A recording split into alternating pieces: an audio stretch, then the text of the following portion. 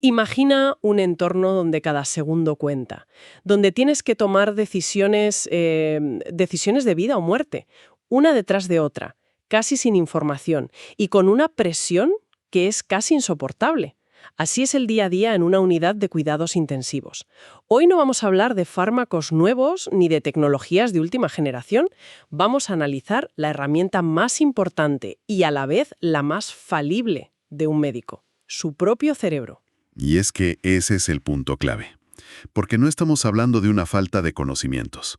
Se puede tener toda la medicina del mundo en la cabeza, pero la cuestión es cómo se aplica todo eso en el fragor de la batalla, por así decirlo.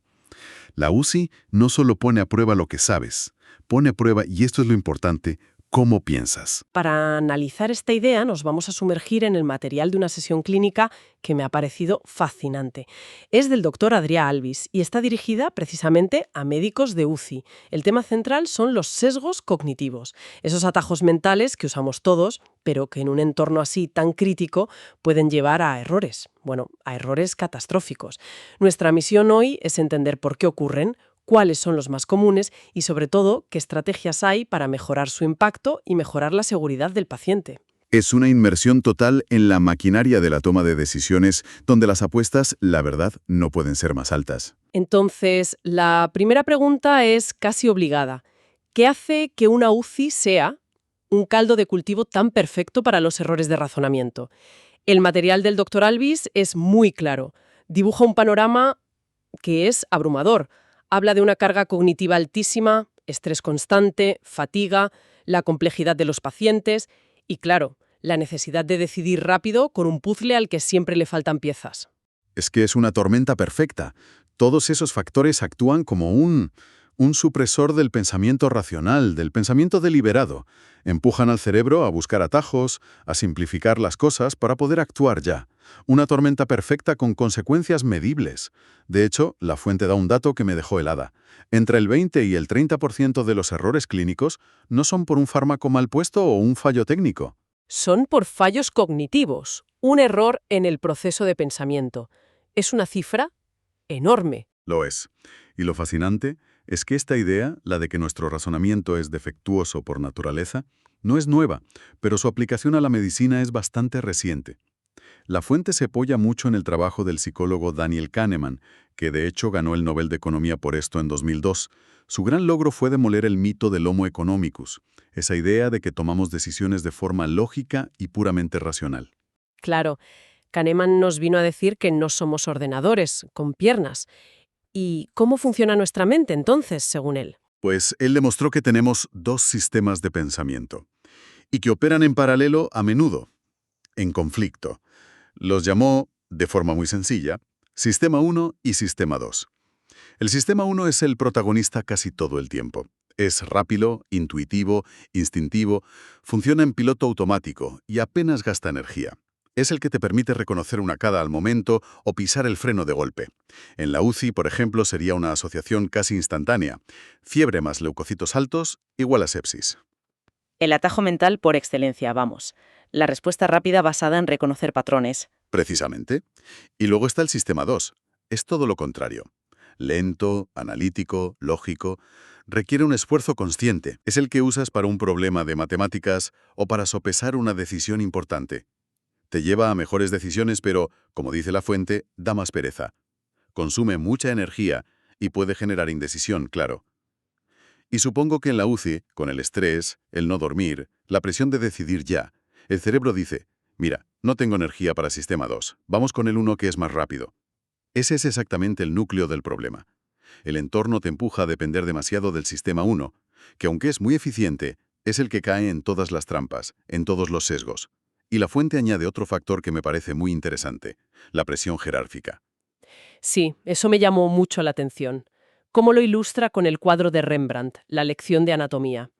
Se ve al profesor, la figura de autoridad, y los alumnos, que solo miran, asienten, casi sin atreverse a cuestionar. La metáfora es perfecta. Si una figura de autoridad, un jefe de servicio, un especialista de renombre, da un diagnóstico, se corre el riesgo de que el pensamiento crítico del resto del equipo simplemente se apague. Se asume que la palabra del adjunto va a misa, y eso es un peligro tremendo porque desactiva el sistema 2 en toda la sala. Se deja de pensar y se pasa a ejecutar. De acuerdo. El escenario está claro. Un cerebro con dos sistemas y un entorno que nos empuja a usar el más rápido y propenso a errores. La fuente dice que hay más de 40 sesgos cognitivos descritos, una lista enorme, pero se centra en 6, los más peligrosos en un entorno crítico. Sí, y antes de verlos es importante definir bien qué es un sesgo. No es un error cualquiera, un error al azar. Es una distorsión sistemática del razonamiento. Es un patrón que nos lleva una y otra vez a decidir mal. Patrones como ver lo que queremos ver o darle demasiado peso a la primera impresión o, y esto es clave, ignorar los datos que contradicen lo que pensamos. Entendido. Es como un fallo de fábrica en nuestro sistema operativo. ¿Cuál sería el primero de esa lista de los 6 magníficos? El primero, y quizá el más básico, es el sesgo de anclaje. Consiste en aferrarse a la primera información que recibes, a la hipótesis inicial. Por ejemplo, llega un paciente y en su informe de traslado pone posible shock séptico. Ese diagnóstico actúa como un ancla. Aunque luego aparezcan datos que no cuadran, como marcadores de infección bajos, al equipo le cuesta horrores soltar ese ancla y considerar otras cosas. Es como una visión de túnel que se crea desde el minuto 1. Y el siguiente, el sesgo de confirmación, me suena muy parecido. Si estás anclada a una idea, no es lógico que solo busques pruebas que la confirmen, ¿o son cosas distintas? Es una pregunta excelente porque están muy ligados pero son diferentes. El anclaje es pasivo, es el peso que le das a esa primera información. El sesgo de confirmación es un proceso activo. Es salir a buscar e interpretar solo las pruebas que apoyan lo que ya crees, mientras ignoras o minimizas las que lo contradicen. Si creo que es sepsis, le daré muchísima importancia a que tenga unas décimas de fiebre, pero quizá le quite hierro a que una eco del corazón muestra algo raro. Vale, ahora veo la diferencia. Uno es el punto de partida y el otro es el proceso de construir un caso a su alrededor, aunque sea a la fuerza. El tercero es el sesgo de disponibilidad. La fuente pone un ejemplo muy claro. La semana pasada tuvimos 3 casos de esto, así que este paciente seguro que también lo tiene. Ese es. Basamos el juicio no en la probabilidad real, en la estadística, sino en lo fácil que nos resulta recordar ejemplos. El cerebro asume que si algo viene rápido a la mente es porque es más frecuente. Si acabas de ver 3 casos de una enfermedad rara, de repente empiezas a verla por todas partes, porque ese diagnóstico está mentalmente más accesible. Esto se ve fuera de la medicina todo el tiempo. Las noticias hacen que sobreestimemos el riesgo de un ataque de tiburón y subestimemos el de un accidente en casa, simplemente porque uno es mucho más memorable. Es exactamente el mismo mecanismo. El siguiente es el cierre prematuro, que la fuente también llama sesgo por satisfacción. Este es muy común y muy peligroso. Suena la sensación de caso cerrado, encuentras una respuesta y dejas de buscar la respuesta correcta. Has dado en el clavo. Ocurre cuando encuentras un diagnóstico que parece plausible y satisfecho, dejas de buscar. Se para el proceso. El ejemplo de la sesión es perfecto. Se diagnostica a un paciente con una neumonía. Y es correcto, la tiene. Pero el equipo deja de buscar qué más puede haber, por qué está tan grave. Y se pasa por alto que además de la neumonía, puede tener un tromboembolismo pulmonar, que es lo que de verdad lo está matando. Los 2 últimos de la lista parecen más relacionados con la psicología del médico, casi con el ego. El primero es el exceso de confianza. Sí, la creencia de que la experiencia te hace infalible. El clásico, esto lo he visto 1000 veces, no necesito más pruebas para saber lo que es. La experiencia es vital, claro, permite reconocer patrones, pero el exceso de confianza puede hacer que un clínico deje de usar su sistema 2 y se fíe a ciegas de las intuiciones del sistema 1, que pueden estar equivocadas.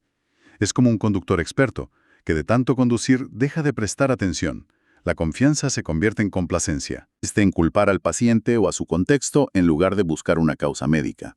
El ejemplo es muy gráfico. Un paciente de 80 años ingresa y está agitado. La respuesta automática del sistema 1 es un delirio por la edad, es normal. Se atribuye el síntoma a una condición del paciente. Y al hacerlo, se puede pasar por alto la causa real y tratable, que podría ser falta de oxígeno, un trastorno metabólico, una infección. Es culpar a la víctima en lugar de buscar al culpable. Bien, esta es la teoría. Pero ¿qué consecuencias tiene todo esto en la práctica? La sesión es contundente. Menciona que hasta un 15% de los diagnósticos erróneos en la UCI están relacionados con esta cascada de sesgos. Y eso, claro, provoca retrasos, tratamientos perjudiciales y, al final, un aumento de la mortalidad. Hay una frase en la presentación que es clave, sobre todo en relación con el exceso de confianza. Dice: la experiencia no elimina los sesgos, solo los acelera. Es una idea potentísima. O sea, un médico con más experiencia tiene un sistema 1 más rápido, lo que es bueno.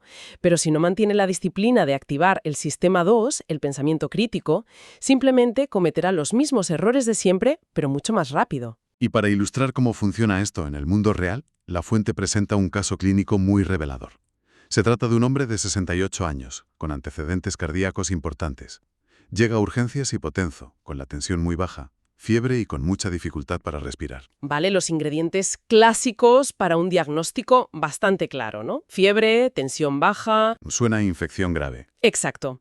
El diagnóstico inicial es de manual, shock séptico de origen pulmonar. Se asume que tiene una infección grave, una neumonía, que le está provocando el fallo circulatorio. Y se inicia el tratamiento estándar. Muchos líquidos para subir la tensión, antibióticos y fármacos vasopresores. El protocolo. ¿Y qué pasa? Pues que tras 12 horas en la UCI, el paciente, lejos de mejorar, empeora drásticamente. El lactato, que es un marcador de que los tejidos no reciben oxígeno, se dispara. Necesita cada vez más vasopresores. Y para colmo, empiezan a llegar los resultados de los cultivos. Y son todos negativos. No hay rastro de la infección por ningún lado. Ninguno. No hay bacteria. La hipótesis principal se desmorona. Pero el paciente sigue en caída libre. Finalmente, a alguien se le ocurre hacer una ecocardiografía a pie de cama para ver el corazón. Y ahí, en la pantalla del ecógrafo, llega el giro de guión. ¿Qué es lo que ven? Ven una disfunción ventricular izquierda severa. El corazón apenas tiene fuerza para bombear. La verdad era que el paciente sufría un shock cardiogénico, no séptico. Su corazón estaba fallando.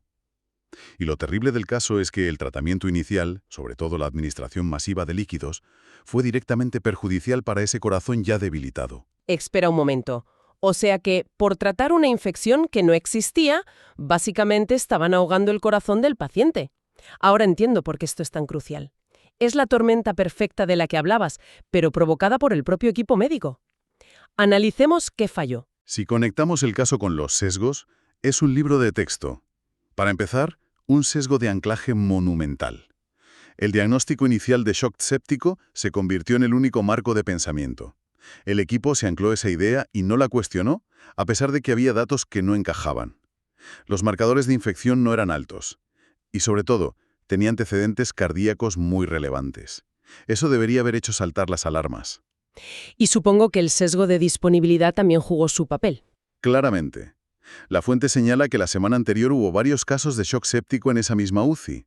Eso hizo que ese diagnóstico estuviera mentalmente más accesible. El cerebro, por eficiencia, eligió el camino más familiar y reciente. Se ignoraron otras posibilidades como el shock cardiogénico, que debían haber estado ahí desde el minuto 1. El panorama parece desolador. Da la sensación de que estamos programados para equivocarnos. Pero, por suerte, la fuente propone soluciones concretas. ¿Cómo se puede combatir esta tendencia natural del cerebro? El Dr. Alvis presenta lo que llama estrategias de forzamiento cognitivo. Son básicamente técnicas para obligarnos a salir del piloto automático del sistema 1 y activar deliberadamente el pensamiento lento y analítico del sistema 2. ¿Y cuáles son esas estrategias? Suenan a algo que requiere mucha disciplina. La primera es muy sencilla pero increíblemente poderosa. Hacer una pausa diagnóstica estructurada.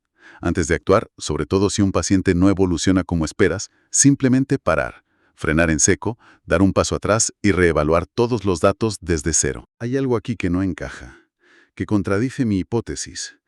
¿Y si estuviéramos completamente equivocados? Es como pulsar el botón de reinicio mental. La segunda estrategia me parece fascinante.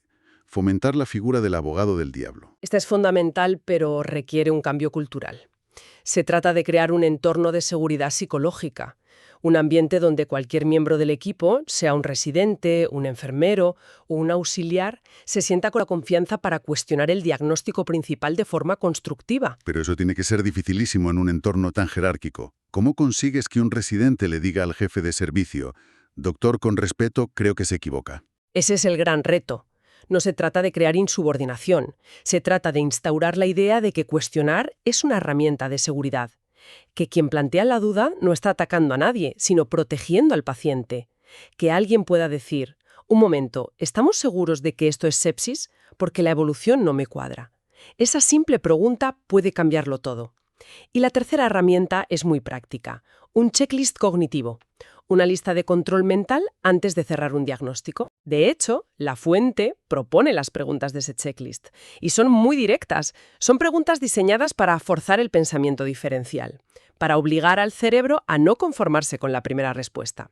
Voy a leer algunas porque son muy reveladoras. Por ejemplo, ¿he considerado al menos 2 diagnósticos alternativos realistas? O esta otra.